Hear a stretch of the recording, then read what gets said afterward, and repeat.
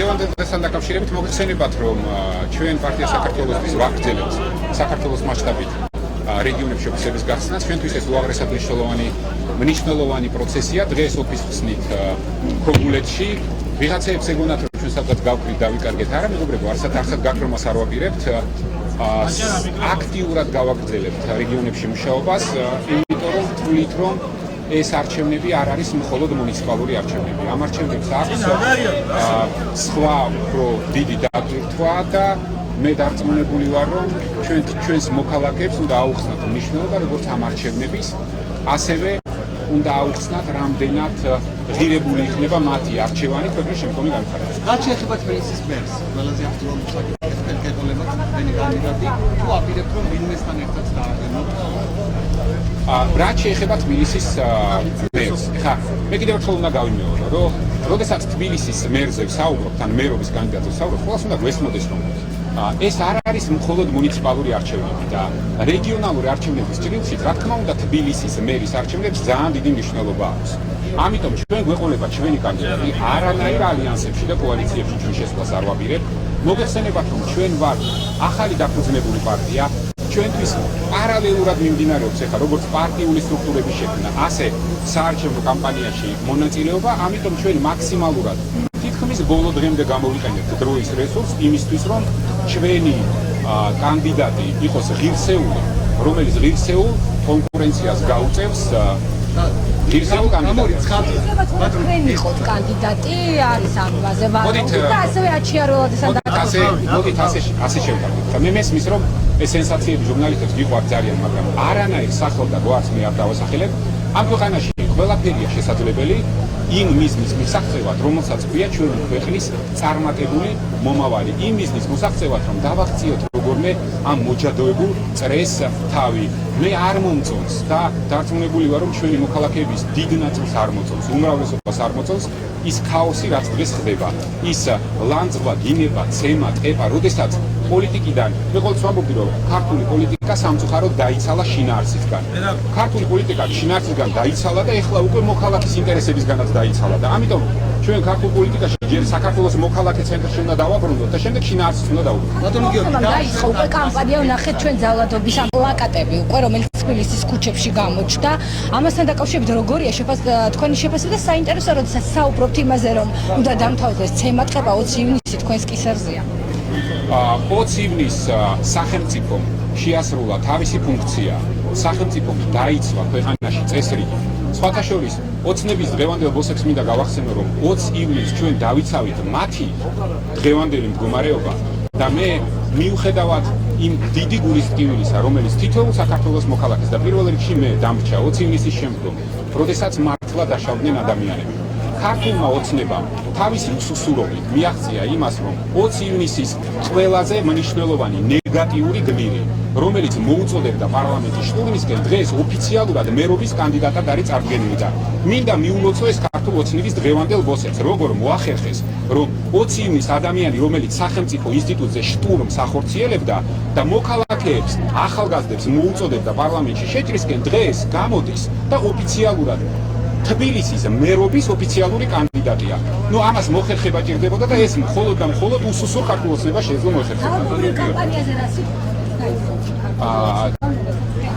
გავიგე. მე ამასთან ცოტა როგორი რა თქმა უნდა ნებისმიერი ძალადობა არის კატეგორიულად მიუღებელი. ნებისმიერი სახის ძალადობა. აქ რაღაც მრავალწერტილი და მაგრამ არ არსებობს. აქ არის ჩვეულებრივი წერტილი, ძალადობა მიუღებელი. რაც შეეხება ჩვენი, მე მინდა რაღაც აქცენტი გავაკეთო ჩვენი პარტიის გადმოსახედით. მე სამწუხაროდ, რაც ჩემთვის აი უდიდესი იმედგაცრუებაა, დღეს უბრალოდ ხედავ გარემოს, როდესაც ოცნების დღევანდელი ბოსები, ხელმძღვანელობა და ნაციონალური მოძრაობა შეხმატკბილებულად ასაზრდოებენ ერთმანეთს. ისინი უკიდურესი ძალადობისკენ ფაქტიურად მოუწოდებენ თავიანთ მომხრეებს. ამიტომ ჩვენთვის მიუღებელია და ამიტომ ყოველთვის ვამბობ, ზოგიერთმა ვერ გაიგო, რას ნიშნავს, რომ პარტია საქართველოსთვის ამბობს, რომ ჩვენ უნდა დავამარცხოთ ნაციონალური მოძრაობა. ის ესთეტიკა ძალადობის, რომელზეც უარი არ იყო ნათქვამი, რა თქმა უნდა დავამარცხოთ, მაგრამ ოცნების შემთხვევაში უნდა დავამარცხოთ არაკომპეტენტურობა და უსუსო სურობა, რომელიც ახასიათებს ამ პარტიას სამწუხაროდ დღეს მის ხელმძღვანელობას, რომელიც ასაზრდოებს მათ შორის ძალადობას. ივნისი, ბატონო გიორგი, ვისი პასუხისმგებლობა თქვენ როგორ ფიქრობთ? აიღოს თუ არა, გადადგეს უნდა ირგება. ხელისუფლების გადადგეს თუ არა ირაკლი გარიბაშვილი, ეს მისი გადასაწყვეტია. ეს ყველა ადამიანის მაღალი თანამდებობის პოლიტიკური პირის მორალური პასუხისმგებლობაა საბოლოო ჯამში თავისი მოქალაქეების და თავისი მხარდაჭერების წინაშე. მე ჩემი გადაწყვეტილება მივიღე. ირაკლი გარიბაშვილმა თავისი გადაწყვეტილება თვითონ უნდა მიიღოს. მე აქ მისი მრჩეველი ვერ ვარ. გავაგზავნე. თუ დაუშვებთ ასეთ უცნაურობას, რომ დადგეს პროცესში თქვენი მერობის კანდიდატის მოხსნის საკითხის ხმის სასახელო. არა მეთქი გითხარით, არა. არ უშვებ ასეთ ალბათობას.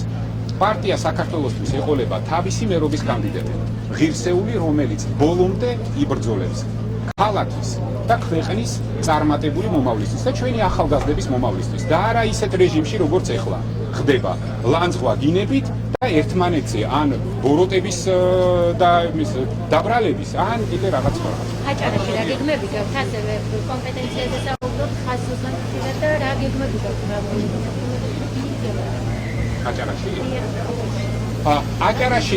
აჭარაში ჩემთვის ჯერ ერთი მინდა ვთქვა, რომ სულ უფრო და უფრო რეგიონებში სიარულის შემდგომ წმინდები, რომ გადაწყვეტილება გადადგომის შესახებ იყოს სულ უფრო და უფრო წმინდები, რომ იყოს სწორი, უბრალოდ მომეცა შესაძლებლობა აი ხალხთან ახლო ურთიერთობის და მაინც თანამდებობაზე ხარ, როგორც ჩანს ადგილობრივი ხელისუფლება იმ გზებით გატარებს, რომლებიც უნდა და ეხლა შენი თვითონ Google Map-ით რო დადიხარ, თუ დანგრეულ გზებზე გიწევს სიარული და ამას ძალიან დიდი მნიშვნელობა აქვს.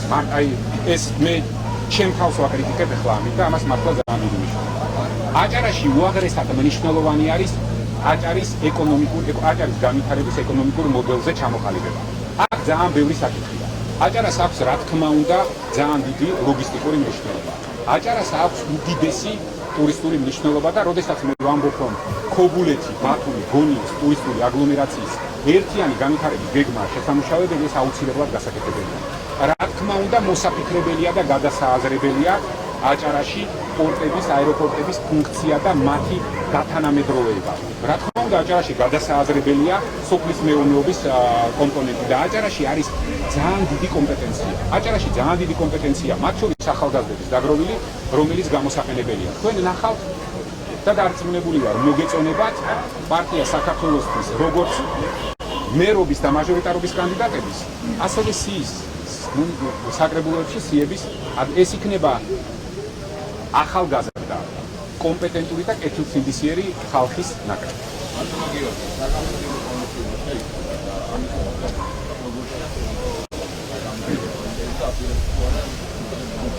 რა საკამოძიებო კომისიაში დაიბარებენ შინაგან საქმეთა მინისტრსა და პრემიერს. თქვენ თუ მიიღებთ მონაწილეობას, თქვენ თუ დასწრებით.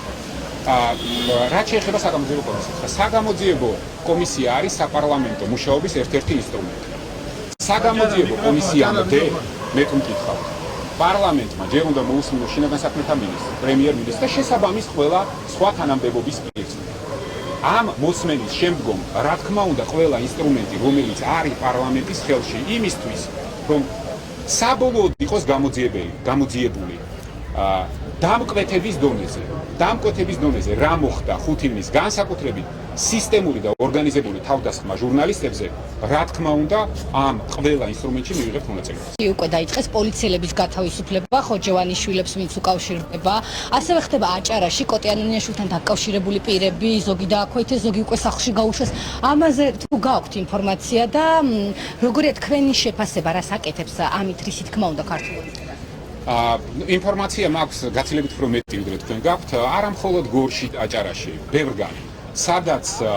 სადაც კი რიგითი ადამიანები, არა მხოლოდ პოლიციელები, რიგითი ადამიანები, საჯარო მოხელეები მათ შორის გამოხატავენ ელემენტარულ სიმპათიას ჩვენს მიმართ, ჩვენი იდეოლოგიის, ჩვენი გეგმების მიმართ, სახელმწიფო მანქანა მაშინვე იწყებს მუშაობას. სამწუხაროა უბრალოდ, ეხლა რამოდენიმე შემთხვევა ხდება ბოლო პერიოდში, როდესაც კერძო ბიზნესებშიც არიან ჩარეულები, ხა. ჩემთვის დიდი იმედგაცრუება, მე არასოდეს ამაზე არ მილაპარაკია და სპეციალურად ამაზე არაფერს არ ვიტყვი. იმიტომ რომ ჩვენ არავის არ გვეშინია. ჩვენ არავის არ გვეშინია, უბრალოდ იმედ გაცრუება ის, როდესაც ოცნება და ოცნების დღევანდელი ხელმძღვანელობა ზუსტად იგივე ინსტრუმენტებს იყენებს, რასაც 2012 წელს ნაციონალური მოძრაობა უკეთებდა მას. და ეს რა არის? სახელმწიფო აპარატის და განსაკუთრებით ისეთი ინსტრუმენტების, როგორც არის შემოსავლების სამსახური, პოლიცია, სუსი, ამ ყველაფერს იყენებს მოქალაქეების წინააღმდეგ უბრალოდ იმიტომ, რომ ვიღაცამ ვიღაცას Facebook-ზე ლაიქი გაუკეთა. ნუ დაუჯერებელია, წარმოუდგენელია უბრალოდ. მადლობა ღმერთს, რომ შუქის ჩაქრობას გაცდნენ უკვე, მაგრამ მე ერთი რამე მინდა ვთქვა. მე მესმის თითეული საჯარო მოხელეს. მე მინდა უდიდესი სოლიდარობა გამოუცხადო მანდ. მე მინდა თითოეულმა ჩვენმა მოქალაქემ იცოდეს, რომ სახელმწიფო აპარატი დღევანდელი ინსტიტუტების მდგომარეობა, როგორც ოცნების დღევანდელმა ბოსებმა მოახერხეს საერთოდ ინსტიტუტების სრული დეგრადაცია, სახელმწიფო აპარატი დღეს რაიმე ფუნქციას თუ ასრულებს, ეს არის იმ რიგითი საჯარო მოხელების, კეთილსინდისიერი საჯარო მოხელეების დამსახურება, რომლებიც ყველაფრის მიუხედავად ემსახურებიან ამ ქვეყანას, არიან თავის ადგილზე და განაგრძობენ კეთილსინდისიერ მსახურებას და ეს უდიდესი მნიშვნელობა აქვს ამას. საჯარო მოხელე უნდა იყოს ამ ქვეყანაში პოლიტიკურად ნეიტრალური და არანაირი მნიშვნელობა არ უნდა ჰქონდეს ვინ არის ოპოზიციაში და ვინ არის მართველი პარტია და ის რაც დღეს ხდება, ნუ უბრალოდ გასაკვირია. ამაში არაფერი საშიში არ არის და ვერავის ვერ შეაშინებენ, რა თქმა უნდა, მაგრამ ნუ ცდილობენ და ღიმილის მომგვრელია ეს ყველაფერი. და გითხოთ მან მიკროფონი წართონ თავარი არხის ჟურნალისტ როგორც ჩინა გასაკვირდა ყოფილი მინისტრი რამდენად არის აქ დანაშაულის ნიშნები თქვენი შეფასება ძალიან საინტერესო იმიტომ რომ დღემდე არ აბრუნებს ტელევიზიის კუთვნილ ქონებას ქალბატონი მის და ამაზე ყველა დუმს თურმე არავის არაფერი არ უნახია თქვენი შეფასება კომენტარების გარეშე მე ქალბატონ თეას საკმაო პატივს ვცემ იმასთან დაკავშირებით რომ ეხლა ამაზე კომენტარი გავაკეთე არ გავაკეთე კომენტარების გარეშე თეა წულკიას არაკრიტიკებს თეა წულკიას როდესაც დანაშაულზეა საუბარი არაკრიტიკებს ბიძინა ივანე ნებისმიერი დანაშაული რომელიც ჩადენილია არანაირი მნიშვნელობა არ აქვს ვის მიერ მე თვითონ რამოდენიმეჯერ ვარ ნამყოფი პროკურატურაში დაკითხვაზე, როდესაც ეჭვები არსებობდა და მინდა გაგახსენოთ, რომ პირველი შემთხვევა იყო საერთოდ საქართველოს ისტორიაში, როდესაც შინაგან საქმეთა მინისტრი დაკითხვებზე დადიოდა პროკურატურაში და ესე ვიქცეოდი და მოვიქცევი მომავალშიც და სხვების მაგივრად პასუხს მომთხოვთ ძალიან გთხოვთ. მადლობა.